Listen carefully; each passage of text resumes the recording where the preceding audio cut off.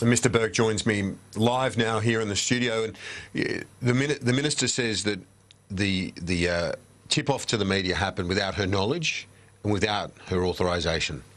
So here's what we're meant to believe, that Michaelia Cash misled the Senate 5 times on what she herself said was a very serious allegation that she was offended to hear. We're meant to believe her office watched her do that and didn't tell her what had happened. What's revealed last night, and this is, hasn't yet appeared in today's papers because it was very late last night, is that before question time, Michaelia Cash went specifically to the Prime Minister, and the person from her staff who's now left the office, who had advised the media, was with her at the meeting with the Prime Minister. And she went to the Prime Minister to respond to allegations that had been made yesterday morning by Anthony Albanese. You reported them at the time, where it was the allegation that her office had been calling the media about the raid.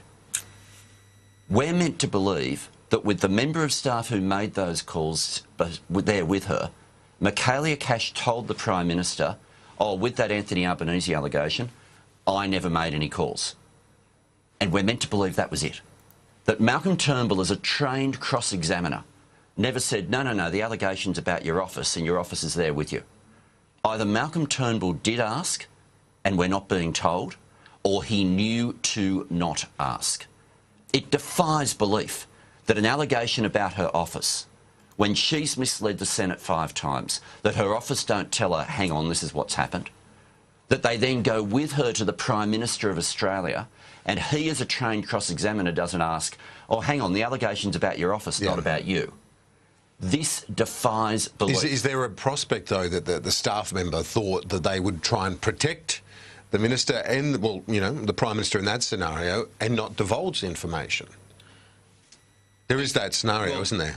If that's the scenario, what we're then talking about is the person who is meant to be running the industrial relations system for Australia can't run an office.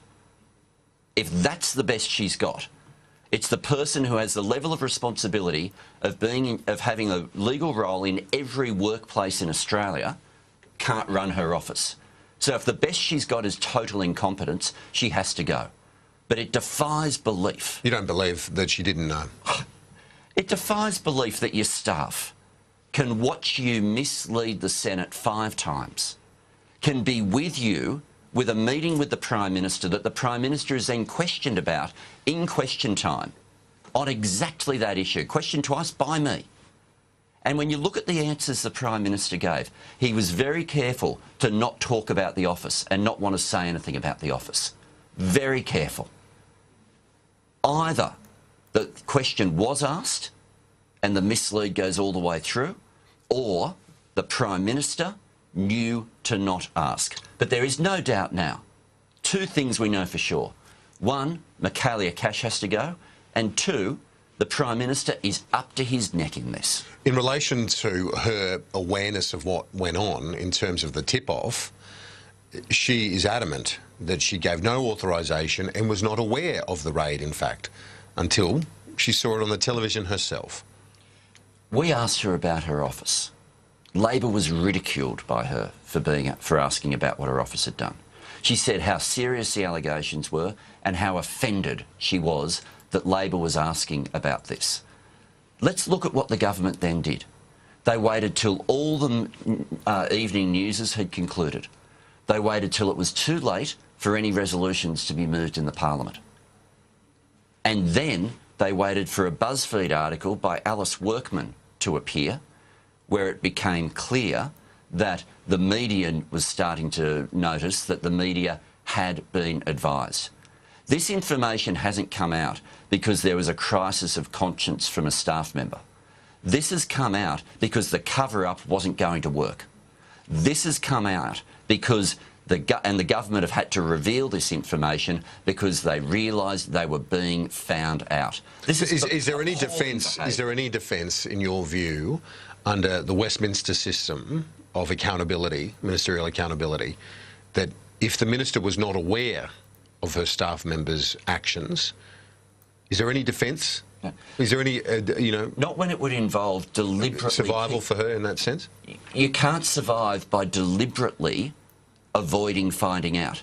You can't survive with a nod and a wink saying we won't ask about the real issue. See, this might be different were it not that the whole way through we're being told that these conversations were responding to Anthony Albanese. But what if the staff member didn't tell her and he was asked? Well, no. Is there a defence? She hasn't said that the staff member lied to her. She hasn't said that. No, she hasn't. She hasn't said that. What she said is, it took until then for the staff member to have the conversation with her. Now, let's be clear here. There is no defence for any minister ever that, I thought it was better to not ask, that I avoided asking, and that just led me to mislead 5 times. We've got specific questions in the Senate to Michaelia Cash where the answers she gives, even she now admits, were patently wrong. We've got 2 answers in the Parliament yesterday from the Prime Minister of Australia where he was careful to not answer anything about what her office knew. What do you say to the suggestion that this is an elaborate distraction from Labor to take attention off the fact that the Registered Organisation Commission is probing the donations made when Bill Shorten was Secretary? This is a donation to Get Up 10 years ago that was already looked at by the Royal Commission, where the union has said that they wanted to, they were happy to provide whatever information was being sought. And let's not forget we get to the absolute core of this, Kieren, when you think of this point. At the raid, if you wanted to question whether this was a stunt or not, at the raid, the TV cameras arrived before the police did. The TV cameras were there before the police were there. That has stunt written all over it. And it's not like Labor tried to avoid this issue. Everything that's been uncovered is because Labor has called this out and wanted to get to the bottom of a born-to-rule government that thinks it can own and get away with anything, break the rules of Parliament, manipulate the rules in whatever way they want. And today, both the Minister Cash and the PM have been caught out. Mr Burke, thanks for your time. I appreciate it. Back.